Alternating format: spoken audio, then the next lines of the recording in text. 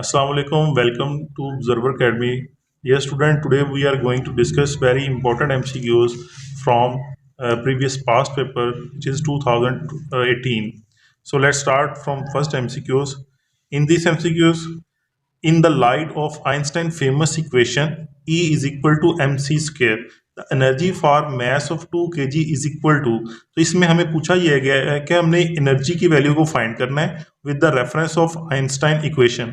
इसमें हमें given value क्या है 2 kg, हमें मैस दिया गया जस्ट। तो हम देखेंगे बड़ा ही सिंपल सा एमसीक्यूज है। इसमें हमने देखना है कि E इज इक्वल टू होता है एम सी का स्क्वायर, और इसमें C क्या है, C हमारे पास जो है वो स्पीड ऑफ लाइट होती है जो कि कांस्टेंट क्वांटिटी है। M हमें 2 दिया गया है और स्पीड ऑफ लाइट होती है 3.0 मल्टीप्लाई 10 की पावर 8 मीटर पर सेकेंड। तो इसका क्योंकि स्क्वायर है तो जहाँ स्क्वायर आ जाएगा तो 3 का स्क्वायर लेंगे, ये हमारे पास जो है वो 3 स्क्वायर 9 हो गया। 9 मल्टीप्लाई 10 की पावर 8 2 जार कितना हो गया 16।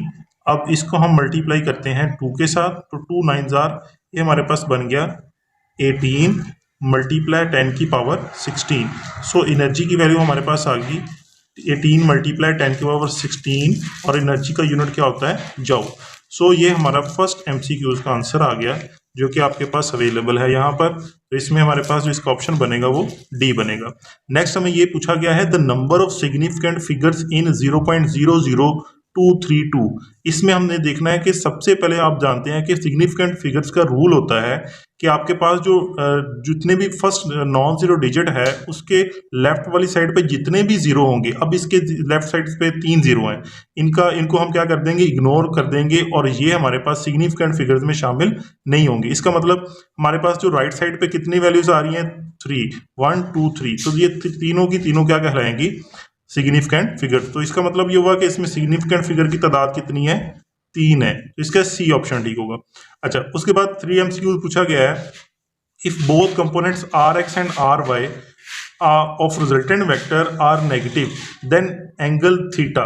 देखिए सबसे पहले एंगल की वैल्यू हमने फाइंड करनी है, यानी MCQs नंबर हमारा जो है वो सॉल्व करने के लिए, क्योंकि 3 है तो इसमें आर एक्स की वैल्यू दी गई है हमारे पास, वो क्या है नेगेटिव, और आर वाई है इसकी वैल्यू भी दी गई है नेगेटिव। अब फाइंड हमने क्या करना है, फाइंड हमने ये करना है कि रिजल्टेंट वेक्टर का एंगल जो है वो थीटा क्या होगा। तो स्टूडेंट सबसे पहले हम देखेंगे कि इसी हमारे पास किस क्वाड्रेंट में लाई करेगा। यू नो कि हमारे पास जो है वो एक्स प्राइम वाई प्राइम, हमारे पास जो यहाँ पर दोनों ही पॉजिटिव है फर्स्ट क्वाड्रेंट में, सेकंड में वाई पॉजिटिव है, एक्स की वैल्यू नेगेटिव है, थर्ड क्वाड्रेंट के अंदर हमारे पास दोनों ही नेगेटिव है, और फोर्थ क्वाड्रेंट के अंदर एक्स की वैल्यू जो है वो हमारे पास पॉजिटिव है और वाई की नेगेटिव है। अब हमारे पास आर एक्स और आर वाई दोनों क्या है नेगेटिव, इसका मतलब रिजल्टेंट एक्स वेक्टर थर्ड में लाई करेगा, और थर्ड में हमारे पास एंगल कितना होता है यहाँ 180 और यहाँ पर कितना होता है 270। इट मीन्स कि जो थीटा की वैल्यू आएगी वो 180 से तो ग्रेटर होगी, यानी वो हमारे पास ग्रेटर देन क्या होगी 180, और लेस देन किससे होगी 270। तो ये हमारे पास जो है वो MCQ का आंसर आएगा। तो अब यहाँ पर देखें तो ये हमारा ऑप्शन नंबर बन रहा है थीटा इज ग्रेटर देन 180 और लेस देन 270। अब नेक्स्ट हमें पूछा गया है कि the magnitude of A vector की मैग्नीट्यूड क्या होगी, क्योंकि ये एक यूनिट वेक्टर है और आपको पता है यूनिट वेक्टर की जो मैग्नीट्यूड है वो हमेशा कितनी होती है 1 के इक्वल होती है। नेक्स्ट में if the initial velocity of the projectile become double, अगर इनिशियल वेलोसिटी प्रोजेक्टाइल की डबल कर दी जाए तो उसके टाइम ऑफ फ्लाइट पे क्या इफेक्ट होगा। तो सबसे पहले देखते हैं हमारे पास ये इसका फॉर्मूला क्या होता है। 5 में हम जानते हैं कि टाइम ऑफ फ्लाइट होता है 2vi sine theta over G. तो अगर vi को डबल कर दिया जाए, यानी t is equal to 2 into 2vi, हमने इसको 2 कर दिया, sine theta divided by G. तो आप देखें कि 2 into 2vi sine theta over G. तो जो न्यू टाइम है हमारे पास वो t प्राइम क्या हो गया, ये ऑलरेडी हमारे पास किसके इक्वल था t के इक्वल। तो इसका मतलब है हमारे पास जो t प्राइम हो गया वो पहले t से क्या हो गया डबल हो गया। इसका मतलब हमारा आंसर क्या आएगा, हमारा आंसर आ गया कि अगर हम जो है वो वेलोसिटी इनिशियल वेलोसिटी को डबल करेंगे तो टाइम ऑफ फ्लाइट क्या हो जाएगा वो भी डबल हो जाएगा। नेक्स्ट 6 का MCQ पूछा गया for freely falling body in the presence of force of friction, वो क्या होगी। तो बड़ा सिंपल सा एमसीक्यूज है कि अगर यहाँ पर एक बॉडी है और वो अपर से लोअर आ रहा है, अपर से लोअर आ रहा है, और नीचे से क्या है, एक फोर्स ऑफ फ्रिक्शन है जिसे हम ड्रैग फोर्स कहते हैं, वो अपवर्ड लग रही है। तो देखिए जब नीचे से ऊपर की तरफ फोर्स लगेगी, अब नीचे आते वक्त यहाँ पर तो थी इसकी पोटेंशियल एनर्जी, जब नीचे आएगा तो वो किस में कन्वर्ट होगी, वो होगी काइनेटिक एनर्जी में कन्वर्ट। लेकिन ज़्यादा लॉस किसका होगा, काइनेटिक एनर्जी का या पोटेंशियल एनर्जी का? हम कहते हैं ज़्यादा लॉस तो होगा किसका, पोटेंशियल एनर्जी का। और पोटेंशियल एनर्जी का ज़्यादा लॉस होने की वजह से हमारे पास जो वो कन्वर्जन किस में होगी, वो थोड़ी सी एनर्जी बचेगी जो कि काइनेटिक एनर्जी में कन्वर्ट हो जाएगी। तो इसका मतलब है यहाँ पर जो हमारा आंसर बनेगा कि लॉस ऑफ पोटेंशियल एनर्जी जो है वो ग्रेटर देन होगी गेन इन काइनेटिक एनर्जी, यानी काइनेटिक एनर्जी में कम ट्रांसफर होगी, ज़्यादातर जो है वो किस में ज़ाया हो जाएगी, वो लॉस ऑफ पोटेंशियल एनर्जी में, यानी पोटेंशियल एनर्जी है वो उसमें ज़ाया होगी। Okay, the ratio of the movement of inertia of the hoop to the movement of inertia of disc क्या होता है, तो इसका हम आंसर देखेंगे। तो सबसे पहले हम देखेंगे, ये हमारे पास एमसीक्यूज नंबर है 7, और देखें मूवमेंट ऑफ इनर्शिया की वैल्यू फॉर दी हूप कितनी होती है, mr², और movement of inertia for the disc कितनी होती है, 1/2 mr²। तो इन दोनों की रेशियो ले लें, movement of inertia for the hoop divided by movement of inertia for the disc, तो ये बन जाएगा mr² डिवाइडेड बाय 1/2 mr²। तो ये इससे कैंसिल हो जाएंगे, और ये डिवाइड है तो ऊपर जाके क्या हो जाएगा, मल्टीप्लाई, यानी इसकी जो रेशियो आ जाएगी हमारे पास वो कितनी आ जाएगी, वो बेसिकली 2 आ जाएगी। इसका आंसर कितना बनेगा हमारे पास, 2 बन जाएगा। अच्छा, Einstein theory gives us physical picture of how the, देखें आइंस्टाइन जो है वो उसने बेसिकली फिजिकल पिक्चर किसकी दी, वो ग्रेविटी काम कैसे करती है, क्योंकि यहाँ पर दो व्यूज़ हैं, एक न्यूटन का व्यूज़ है और एक आइंस्टाइन का। लेकिन न्यूटन ने जो पिक्चर दी थी वो उसकी फिजिकल पिक्चर नहीं, जस्ट एक हाइपोथेसिस था, उसने न्यूटन को जो है वो थ्योरेटिकली डिस्कवर जो है वो बताया, बट आइंस्टाइन ने उसकी जो एक फिजिकल पिक्चर जो है वो उसके जरिए इसको एक्सप्लेन किया ग्रेविटी को। उसके बाद नेक्स्ट में हमें जो है वो जो एमसीक्यूज पूछा गया है कि रो जी एच की has same dimension as that of, तो रो जी एच की जो डायमेंशन होती है उसकी डायमेंशन निकालने के लिए बड़ा सिंपल सा रूल है कि हमारे पास ये एमसीक्यूज नंबर है हमारे पास 9, तो dimension of rho G H, क्योंकि रो क्या होता है, डेंसिटी यानी मास पर यूनिट वॉल्यूम, जी की डायमेंशन नहीं होती, डायमेंशन लेस है, तो हम इसको नहीं लिखेंगे। एच क्या है हमारे पास, हाइट है, यानी वो एक लेंथ है, तो इसका निकाल लेंगे। एम हमारे पास मैस है, मैस का कैपिटल ये हमारे पास आ गया एल का क्यूब, और इसकी डायमेंशन निकालें तो एक एल से कैंसिल हो जाएगा, यानी m l-2। तो आप देखें तो यहाँ पर जो है वो हमारे पास ऑप्शंस के अंदर कोई भी ऐसी टर्म मौजूद नहीं है कि जो इसका आंसर दे। सो यहाँ पर जो है ये ऑप्शन यहाँ होना चाहिए नन ऑफ दीज, तो यहाँ पर ऑप्शन गिवन नहीं है, लेकिन आपको पेपर के अंदर जो है नेक्स्ट टाइम में वो लाजमी तौर पर ये ऑप्शन आएगा, तो आप नन ऑफ दीज चूज करेंगे। उसके बाद time period of the simple pendulum only depends on it's, time period जो है वो सिंपल पेंडुलम का किस पे डिपेंड करता है, तो हम सबसे पहले देखते हैं कि टाइम पीरियड किसके इक्वल होता है। आप जानते हैं कि टाइम पीरियड हमारे पास जो है सिंपल पेंडुलम का कितना होता है, T इज इक्वल टू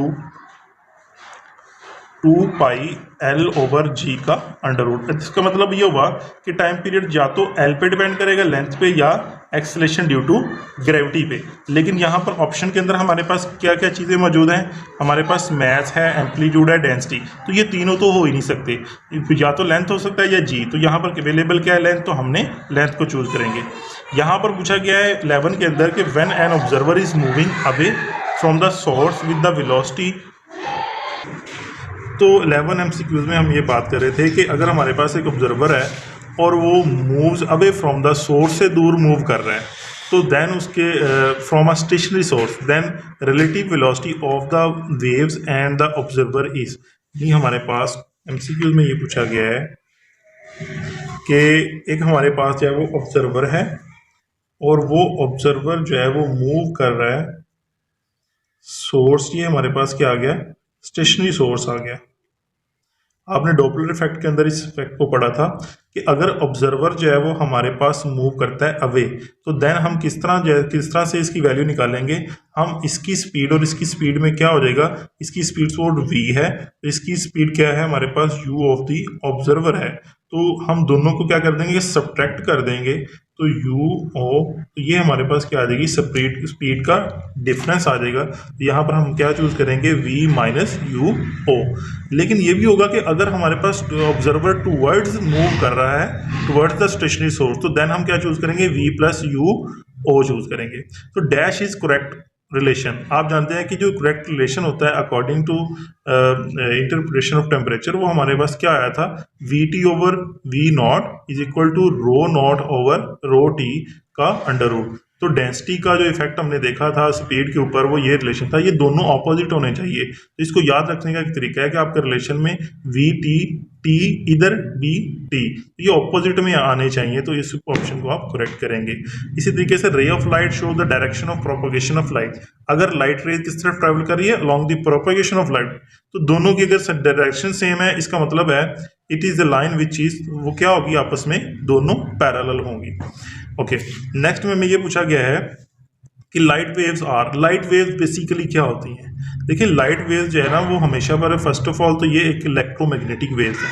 लेकिन यहाँ पर जो इलेक्ट्रोमैग्नेटिक वेव्स है वो किस तरह से ट्रैवल करती हैं, वो along the propagation of wave जो है वो ट्रैवल करेंगी। तो डेफिनेटली हमारे पास जो पार्टिकल ऑफ द मीडियम क्या है, वो अप एंड डाउन मूव करते हैं along the propagation of wave.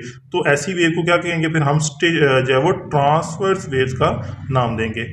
Next में ये पूछा गया है the magnification of a convex lens of focal length 5 centimetre is equal to, यहाँ पर एक चीज मिसिंग है, तो वो मैंने यहाँ पर ऊपर मेंशन कर दिया है। ये हमारे पास d की वैल्यू है, और d हमारे पास क्या होता है, डिस्टेंस फ्रॉम द ऑब्जेक्ट होता है, वो 25 सेंटीमीटर है।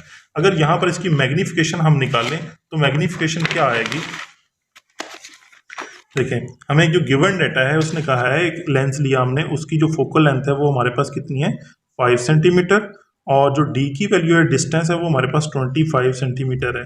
हमें क्या निकालना है, मैग्निफिकेशन जो है वो फाइंड करनी है। तो मैग्निफिकेशन फाइंड करने का फॉर्मूला क्या होता है, 1 प्लस डी ओवर एफ। सो यहाँ से 1 प्लस डी की वैल्यू कितनी है, 25, और एफ की वैल्यू फोकल लेंथ कितनी है लेंस की, वो 5 है। सो यहाँ पर 5 आर 25, और 5 प्लस 1 कितना हो गया, 6। इसका मतलब हो गया कि हमारे पास वो लेंस जो है वो 6 गुना इमेज को बड़ा, ऑब्जेक्ट को बड़ा करके दिखा सकता है। तो इसलिए इसकी मैग्निफिकेशन कितनी आएगी, 6। तो यहाँ पर हमारे पास जो अवेलेबल आंसर है वो कितना होगा, वो 6 लगाएंगे। आगे जो है, in adiabatic process the first law of thermodynamic become, first adiabatic process के अंदर बताना है कि फर्स्ट लॉ की कंडीशन क्या बनेगी। तो देखें 16 MCQ है हमारे पास, और ये 15। फर्स्ट लॉ ऑफ थर्मोडायनेमिक ये कहता है कि जो हमारे पास सप्लाई ऑफ हीट है वो किसके बराबर होती है, इंटरनल एनर्जी प्लस साथ में वर्क करने के लिए। आपको पता है जो एडियाबैटिक प्रोसेस होता है उसमें क्या होता है, एक ऐसा प्रोसेस है जिसमें ना तो हीट इंटर होती है ना लीव करती है। इसका मतलब जो Q की वैल्यू वो क्या होगी, 0। तो अगर 0 पुट करें इस क्वेश्चन में, तो 0 is equal to del U plus W। तो हमारे पास W इज इक्वल टू, ये डेल U इधर जाकर क्या हो जाएगा, माइनस डेल U। तो ये हमारे पास इक्वेशन, इसका आंसर आएगा। तो यहाँ पर अवेलेबल इक्वेशन है W is equal to minus del U। Next में द चेंज इन इंट्रोपी। तो इंट्रोपी का चेंज डेफिनेटली आप अकॉर्डिंग टू फॉर्मूला जानते हैं, वो क्या होता है, डेल Q ओवर ठीक है। तो उम्मीद है आपको ये सारी वीडियो की जो है वो समझ आ गई होगी, और ये MCQs बहुत ज़्यादा इंपॉर्टेंट है क्योंकि ये फुल बुक के MCQs हैं। तो इसमें से मोस्टली जो MCQs अगर आप इसको करते हैं तो मोस्टली MCQs जो वो कवर हो जाएंगे, और बाकी इंशाल्लाह हम 2019 के और 2021, 22 प्रीवियस जितने भी पेपर हैं उनको 1 बाय 1 डिस्कस करेंगे। तो लाजमी तौर पर हमारी नेक्स्ट वीडियो को आपने जो है वो देखना है। उस वक्त तक के लिए अल्लाह हाफिज़।